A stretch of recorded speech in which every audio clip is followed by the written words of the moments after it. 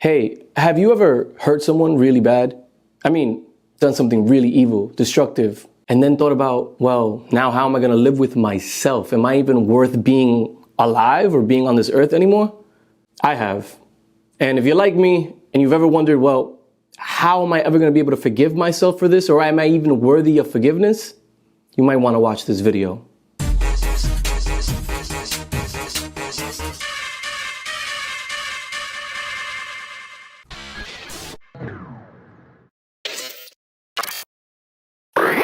Hey, my name is Adam Levine Perez. I'm an urban educator, I'm a creative entrepreneur, and I'm a content creator. Thanks for stopping by.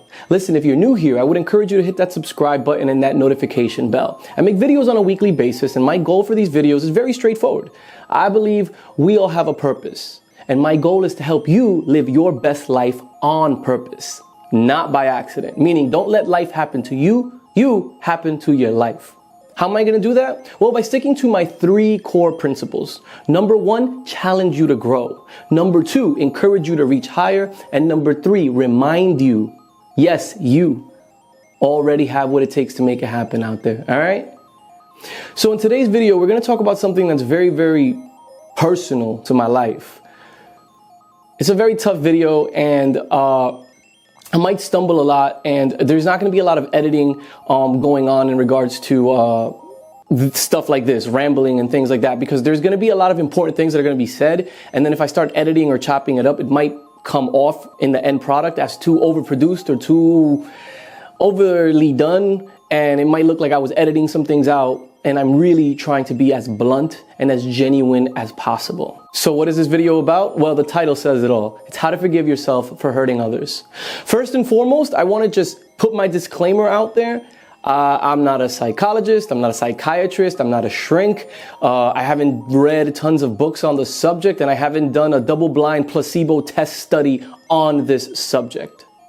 So if that's really important to you and you need to hear from an expert only, then yeah, I mean, this video is not really gonna be that useful to you. One last thing that I want to say before I really dive into the video is that forgiving yourself for hurting others or doing terrible things to others does not automatically absolve you of your actions. Okay, you don't just get a free pass. It doesn't just make you a better person. It doesn't wipe away the actions, the things that you've already done that have hurt others. Those things happened. You did them. They existed. And they may still exist in some capacity, way, shape, or form. But what it does do is it allows you, or me in this case, to return back to this world as a human being that's worth being alive, that's worth living, that's still worth being alive on this earth. So how did I learn to eventually forgive myself? Well, it took a long time and some meditation and prayer, but I eventually broke it down into 4 steps. Number 1, what is and is not considered forgiveness? And that's really important. Number 2, be humble and don't hold yourself to a higher standard than you would hold others. Number 3, check your emotions. Are you truly remorseful? Are you truly remorseful? And number 4, be honest, be genuine. Okay, so let's go back to number 1. What does forgiveness mean? That one was tough, right? I mean, it sounds like it could be easy because you can look it up in the dictionary, but it was actually easier for me to start with the opposite of that. Instead of talking about what forgiveness is, I started to really ask myself what forgiveness is not. So to me, forgiveness is not a free pass to walk away from your responsibilities. Okay, I made sure to say that, and I'm going to keep repeating it. Forgiveness is not letting someone go, letting someone off the hook for doing something wrong. That is not forgiveness. I believe that every action has a reaction. If you did something wrong, you will have to deal with the consequences of your actions, period. For me, forgiveness is not saying that what happened was okay.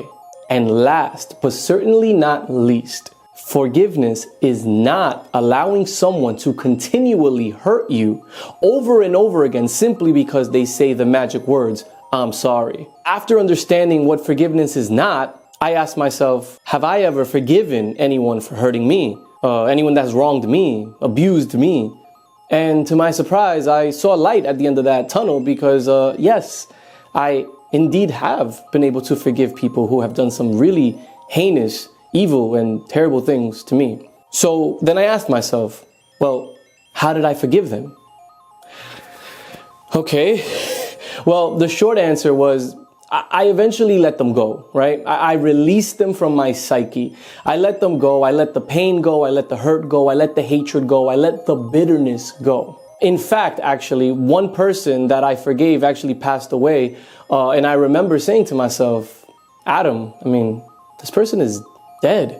You're holding on to things that they did to you is no longer doing anything. I mean, it's affecting you more than it's affecting them. They're gone and just let it go. I mean, they're not gonna know about anything. They're gone. So why am I still holding on to this? It wasn't an easy process, obviously. However, I did eventually forgive that person, and it almost felt like a gift. I felt lighter. I felt at peace. And that's great news when the person you're forgiving is someone else. But what happens when the person you're trying to forgive is yourself? And so this leads me to my second point, which is be humble and set realistic standards. This takes a lot of searching, introspecting, looking deep into yourself. And it takes daily practice. I'm not going to lie to you. It also takes a daily dose of humility. Okay? And not self-loathing. I want to be very clear. There's a difference between being humble and being self-loathing. You know, the whole, oh, I hate myself. Oh, I ain't crap. I suck. I shouldn't be alive. That's not helpful to anyone. Believe me, I've been there. So now that we know that it's humility, not self-loathing, you have to be honest and humble enough to accept the fact that I ain't special, okay? Meaning, I'm not more special than any other person. Meaning, that person has flaws, I have flaws. That person has strengths, I have strengths. That person has weaknesses, I have weaknesses. So I'm equal to everyone else. And humans make mistakes. No one is without sin. No one is without flaws. And so once I started to accept that into myself, I started to really understand, okay, so if I'm not more special to anyone than anyone else, meaning I'm not less than, I'm not better than, I'm human. And humans make mistakes and humans make errors. What makes me hold myself to a higher standard than those humans? Meaning, if I can forgive someone else when they make an error or they make a mistake or they hurt me, harm me, cause me trauma, if I can forgive them, then why can't I forgive myself? That leads me to number 3, which is check your heart, check your soul, check your emotions, and ask yourself, are you truly remorseful? See, I asked myself, am I truly sorry? Do I understand that my actions were irresponsible and caused real pain? And do I accept responsibility for those actions? That's really all that matters, which is, do you accept responsibility? Do you understand that your actions have a reaction, that your causes had an effect and it caused real pain? And can you accept that and accept all the responsibility that happens as a result of that? And yes, I accepted that. I understood that. I was like, yeah, okay, this is what I did. And this is what happened as a result of what I did. And I have to accept that. And this leads me to number 4, which is be honest and be genuine. What I mean by that is, once you've accepted responsibility for what you've done, for your actions, especially when you're asking for forgiveness, it is very crucial. It is very important to not add your 2 cents after you are apologizing. We've all done it. I've done it. Once we start saying, I'm sorry, and then it's followed up by, but you know, that's not a wholehearted apology anymore. I mean, you might be sorry, but you care more about explaining your logic and your rationale more than you are truly remorseful. Very, very important. Don't ever blame them. Don't ever blame the other person. Don't make them the culprit for what you did, especially when you're trying to apologize. I mean, that's just dumb. And more importantly, it's inauthentic. It's not genuine and it's not sincere. Because honestly, when you accept responsibility for your own actions, no matter how difficult, no matter how painful they are, you ultimately grow from it. And you start and you begin the process of allowing yourself to forgive yourself for the things that you've done that you are not proud of. So let's not be too hard on ourselves. Life is tough enough without us making it harder on ourselves by not forgiving ourselves. And the most important key of all of this is, yes, you, me, all of us, we are worthy of forgiveness. Yes, we are deserving of being forgiven. It's that simple. If you can forgive others, then you are capable and worthy of being forgiven. Man, I hope this video was insightful. I hope it was thought-provoking. And I hope it empowered you in some way, shape, or form. I know for me, it was very, very important to get this out of my system. So even if nobody else can relate to this video, I appreciate making it. Peace.